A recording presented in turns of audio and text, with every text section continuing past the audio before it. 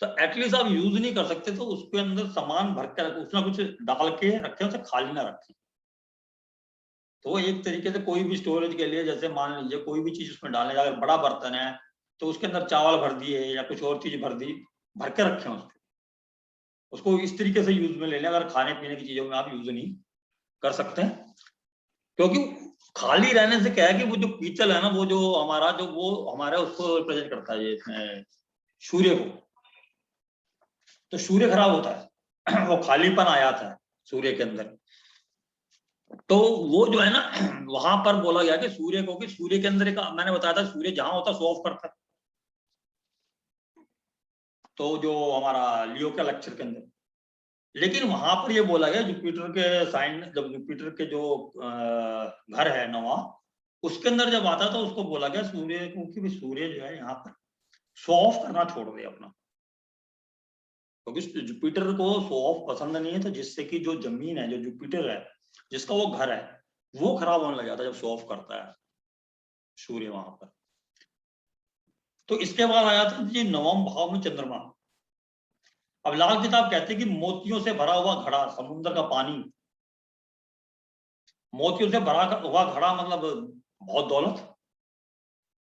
और इसमें जो है कि चंद्रमा तो दूध का रंग जो होता है सफेद, दूध या सफेद रंग का माना गया है, वो रंग बताया गया सफेद रंग चंद्रमा का। तो जिस व्यक्ति के भी चंद्र जो है कि नवम में है, तो बोला गया कि ऐसे व्यक्ति को फर्श जो है वो सफेद रंग का ना बनवाए।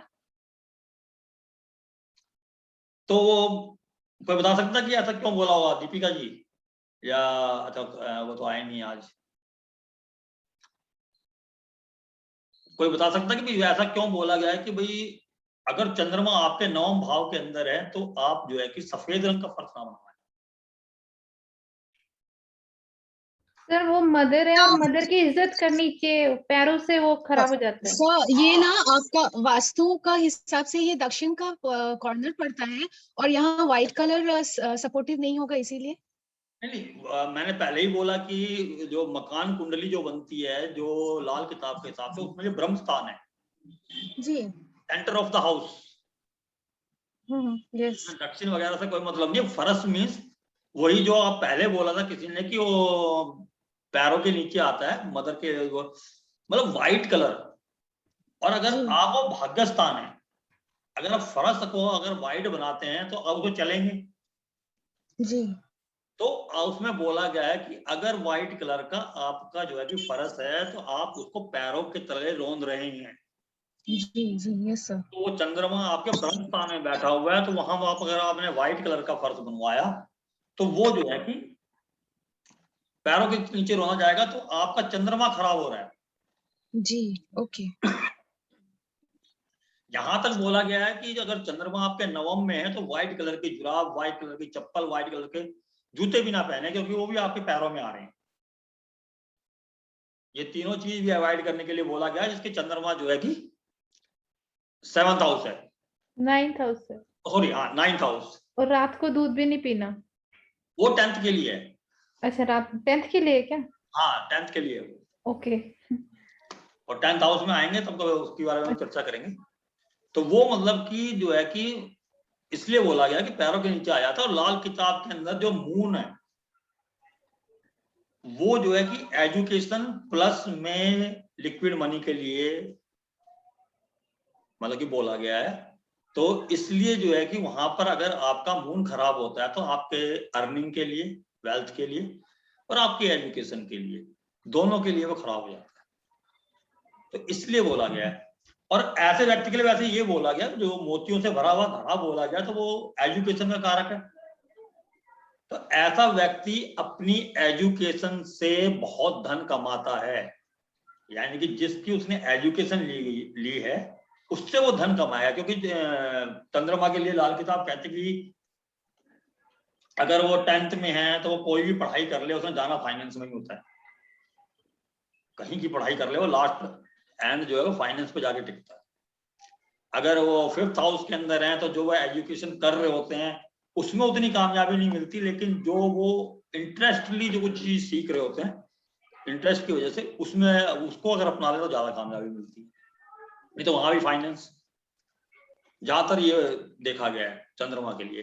लेकिन एक घर ये है जिसके अंदर ये बोला गया है कि 9th हाउस के अंदर, क्योंकि हायर एजुकेशन का और चंद्रमा हमारी एजुकेशन को रिप्रेजेंट करता है, मनी को रिप्रेजेंट करता है, तो वहां ये बोला गया है कि अगर चंद्रमा आपके 9th हाउस के अंदर है तो वो आपको अच्छे रिजल्ट देगा। आप जिस चीज की पढ़ाई कर रहे हैं उसके हिसाब से जो है कि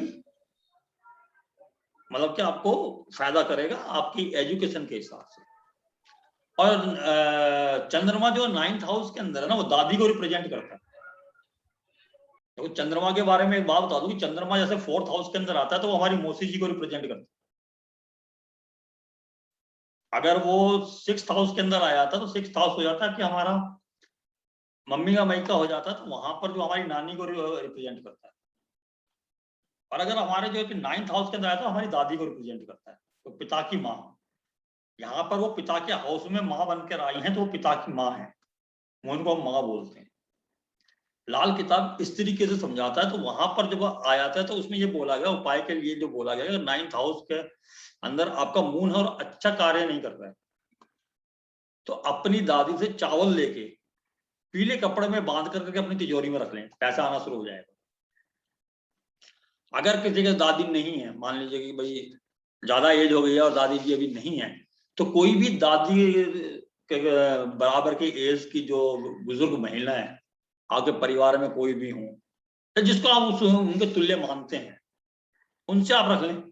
या फिर ऐसा करें कि आप ना चांदी का गिलास पानी पीने के लिए और दूध पीने के लिए यूज करना शुरू कर, उससे जो है कि आपका चंद्रमा वहां बेटर रिजल्ट देना शुरू कर देगा और आपको जो है कि धन, पढ़ाई, इन दोनों की कभी भी जो है कि कमी महसूस नहीं होगी चंद्रमा जिनके 9वें भाव में, अगर वो बुरा रिजल्ट दे रहे हैं। क्योंकि यहाँ पर मैं डिटेल में नहीं जाऊंगा कि भाई 9th हाउस अगर चंद्रमा है तो वो खराब, जैसे लाल किताब बोलती है खराब हो तो ये रिजल्ट है, अच्छे हो तो ये रिजल्ट है। लेकिन 9th हाउस के लिए मैं थोड़ा सा हिंट दे देता हूँ कि 9th हाउस के अंदर अगर आपका चंद्रमा है तो आप तीसरे और जो है कि 5वें घर को देख लें बस। वहां पर गुरु के शत्रु नहीं होने चाहिए। गुरु के शत्रु में शुक्र, राहु, बुध, मेनली शुक्र और राहु। अगर ये आपके 3rd और 5th में है और चंद्रमा आपके 9th में, तो 9th में वो खराब रिजल्ट देता है, उसके लिए उपाय करने जरूरी होते हैं। एक बोला गया कि चांदी के जो है कि चांदी की ग्रहण करें, माला पहने चांदी की, 9th हाउस के अंदर चंद्रमा है, केसर का तिलक कर सकते हैं। ये जर्नल रेमेडीज है जो मतलब कि 9th हाउस के मतलब कोई भी मेलेफिक होता है, प्लेनेट आता है, तो कि वहां पर गुरु के कारतत्व को बढ़ाने के लिए ये चीजें बोली गई हैं। कई चीजों के लिए आएगा, शुक्र के लिए भी आएगा। अभी हम आगे जैसे जैसे चलते हैं वहां पर हम सारी चीजें मतलब पढ़ेंगे कि भाई किस चीज में मतलब कौन से ग्रह के लिए ज्यादा कार्य करना। जैसे आपने जब भी मैंने बोला तिलक लगाना, तो उसमें आप नाभि में भी ला सकते हो, नाभि ब्रह्म स्थान है हमारा। जब भी मैं तिलक की बात करूंगा, केसर के तिलक की बात करूंगा, उसकी जगह आप अगर केसर नहीं तो हल्दी भी यूज कर सकते। तो अगर किसी का चंद्रमा अगर 9th हाउस तो वो हल्दी भी यूज करता था और नाभि भी हल्दी लगाए आप। तो इस तरीके से और एक ये है कि आप अगर समुद्र बोला गया, जो चंद्रमा है 9th हाउस जो है कि वो बोला गया लाल किताब के अंदर समुद्र का पानी। तो आप जो है कि समुद्र के पानी को भी लाके घर में रख सकते हैं। नॉर्थ ईस्ट डायरेक्शन में रखना है आपने, नॉर्थ ईस्ट डायरेक्शन जहां चंद्रमा उच्च का होता है। 2nd हाउस हमारा नॉर्थ ईस्ट डायरेक्शन बोला गया है लाल किताब के अंदर। जैसे 9वां भाव हमारा जो कि ब्रह्म स्थान है, तो जो हमारा 2nd हाउस है वो हमारा जो है कि ये नॉर्थ वेस्ट डायरेक्शन है, sorry north west 2nd house, वहां पर रखने के लिए बोला गया है। अगर आपका जो है कि 9वां भाव चंद्रमा है, शिव पूजा करें, शिव मंदिर जाएं, बुजुर्गों का आशीर्वाद लें, या किसी बुजुर्ग व्यक्ति से या पुजारी से पीले रंग का वस्त्र रखें, पीले रंग का रुमाल ले लें, वो अपने पास रखें, तो चंद्रमा बहुत अच्छा रिजल्ट देता है।